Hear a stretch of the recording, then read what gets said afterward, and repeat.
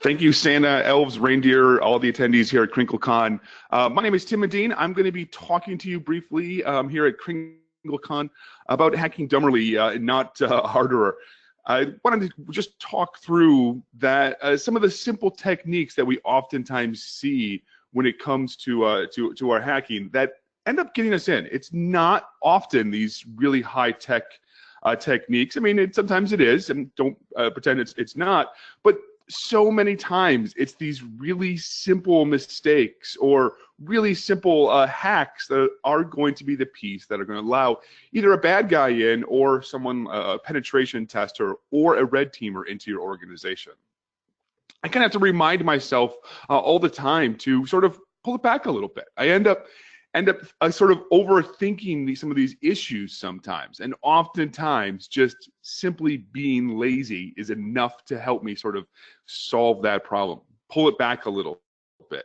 And when we look at the bad guys, we see there's a 3-letter acronym that is used for all the bad guys that end up compromising these large organizations. And of course, that term is APT. APT is that Advanced Persistent Threat. And you will see in every press release that the attacker was advanced, and they were, of course, very persistent. But that's unfortunately not always the case. We'll see organizations breached by vulnerabilities that have been around a long time, or literally breaches that happen by 16-year-old kids in Australia. Apple, not too long ago, was breached, and they found the kid in Melbourne, Australia, 16-year-old kid. On his desktop, he had a directory called Hacky Hack Hack, in which he had all the Apple files that he had taken. Now, I'm not saying that that's okay, but this is a 16-year-old kid, someone that's in high school, can't legally drive yet in Australia, I believe. And this was the attacker that got into someone big like Apple. And of course, the big one we like to talk about, Equifax. This was a vulnerability that had come out months before this breach took place. And this is a off-the-shelf exploit that was used to breach this rather large organization. Off the shelf, not really that advanced. Months later, not really persistent either.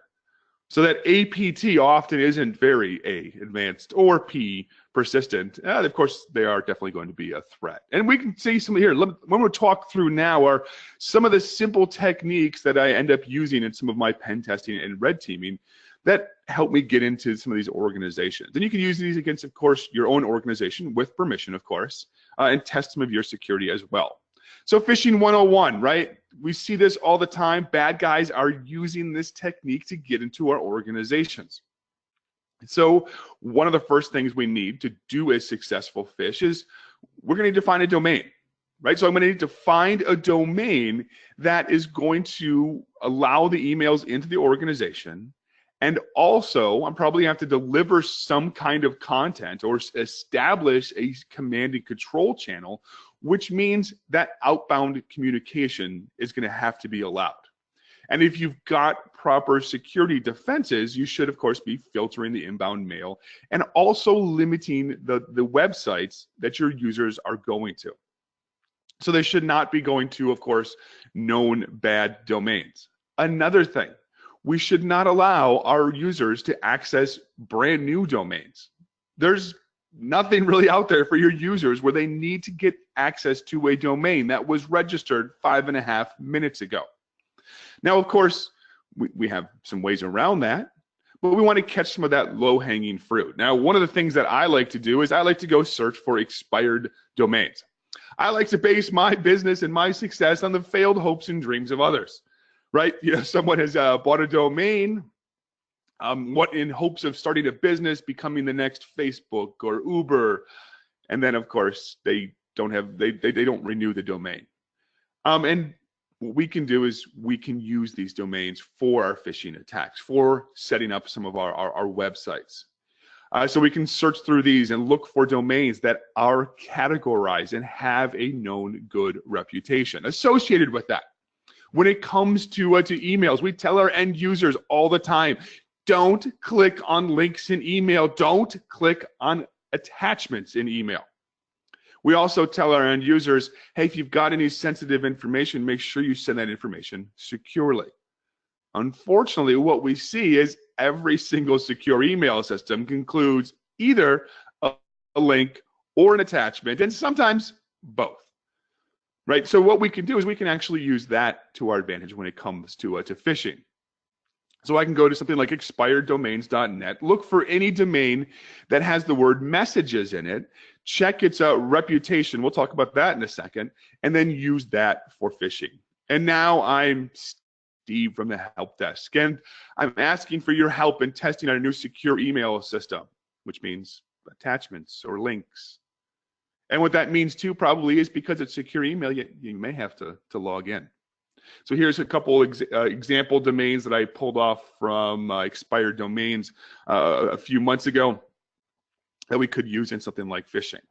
Now, to test to make sure that these domains are going to be allowed inside the organization, we can use a tool by Joe Vest. It's called Domain Hunter. With Domain Hunter, what it will do is it's going to check the categorization, I can't say that word, what category the domain is in. And so we can validate, say, hey, are these different interesting domains that we were just looking at, are these in categories that are not going to be blocked, right? I want to make sure that it's going to be allowed in a messaging category and not being blocked as being malicious or suspicious or brand new. Other fun things that I've encountered, this happened, it's been a little while ago, but what I was doing is I was using a Cobalt Strike payload. I was working with Mike here on my team, and we were trying to get a malicious macro into an Excel document. And when we pasted that macro into the Excel document, we found that Windows Defender was killing it. And I was frustrated. And I'm trying to figure out, hey, how can we get around this? How can we fix this? How can I get this payload into this into this Excel document and deliver it to my target? So we pasted it in, and I tried to play the high-low game, where we would remove maybe the first half of the macro, and then it would be allowed through, which meant the signature was based on the second half, and it'd go high and low, and then I had troubles getting around that, and then tried to maybe do some reverse engineering of a Defender, and I realized that was going to be a terrible idea. So go back to that initial tenet, that initial rule: be lazy. Try the simple way. So what I ended up doing is taking this macro, putting the most interesting pieces, the payload piece, and copying and pasting it into cell A12. Now when the document is opened, it will grab the contents of that cell A12 and then run it as part of the macro. Now, I've had people ask me, it's like, well, how did you pick A12? Did you reverse engineer it? Did you look inside the guts of Excel and figure out what was special about A12? Actually, I hate to say it, but the answer is no. That's just where my mouse was. So pasted that into A12, and of course, turned the font white so that the user can't see it. Then we had a successful payload. Now, it took a while, but Defender did indeed start blocking this, but it goes back to my point. Try some of the simple things first. They're quick hits. They're not going to take much time, and you'd be surprised at how often stuff like this works. You guys probably remember Spectre and Meltdown, right? We had the branch prediction issues in our processors, allowed us to access memory that we're not supposed to have access to. I got a call from a client regarding this, and they're like, hey, Tim, what should we do with Spectre and Meltdown? I was like, well, what you should do is you should change your password policy. And they're like, wait, Tim, you clearly don't understand what Spectre and Meltdown are. And I'm like, I understand some of it because some of that is crazy. But what are we focusing on? We're focusing on this vulnerability that was brand new. The fixes, as we found out, weren't even necessarily great fixes, and there was degradation in performance. And what I found at that particular organization, literally weeks before, was a password policy that allowed authentication via single factor to email, and users had terrible passwords. They had that typical season and year type password, where we see every 90 days, according to auditors, we have to change our passwords. So we had users inside the organizations using passwords like winter 2018, because they can look out their window and they can see their current password. And then in 90 days from now, ideally, we're going to have, maybe some flowers coming up. Spring 2019. Right now, that winter 2018 has the capital W, the lowercase inter, and the 2018. It's got 3 of the categories. And if we need a 4th, people just oftentimes add the exclamation point because it's the top left key on the keyboard. Another sort of fun situation we encountered, we had a pen test, ended up landing on a semantic VIP box used for some authentication. And there was a very important password on that system, but in the configuration file, it was encrypted. And I searched, because that's what you should do first. Maybe somebody else has done the research for you. And I searched for a way to see, can I extract this password from this whatever encrypted blob? And I was unsuccessful. I did not see that research published. So then I tried to do some reverse engineering myself. And then, of course, I thought, hey, wait, let's try this simple stuff. If the app is using the password, it means it has to be decrypted by the application. If it's decrypted by the application, it's going to have to be decrypted somewhere in memory. So along comes procdump. With procdump, what we can do is a signed Microsoft executable, which is nice because it will bypass a lot of the application whitelisting. But with procdump, we can dump the memory of the entire process and then search through that memory and find a password that looks something like this. So very simple. Just had access to the system via, actually that vulnerability I got access was Eternal Blue, if I remember correctly. System level access, dumped that process memory, allowed me to get this clear text, very sensitive password. Other interesting things. Now I would encourage you, if you're just starting out or you want to get better, read some blogs. I had a friend of mine who wrote a blog. This was a blog post on a webcam that he hacked. So he bought a camera off of Amazon and he reverse engineered some of the firmware and just used a tool called binwalk. Well, the binwalk back in those days, you had to, what binwalks would do, or does still, I guess, is it looks for specific headers inside the file. Well, with the old binwalk, you had to chop that up yourself. With the newer binwalk, it will actually do all that chopping for you. So here's him chopping it up into 3 various chunks.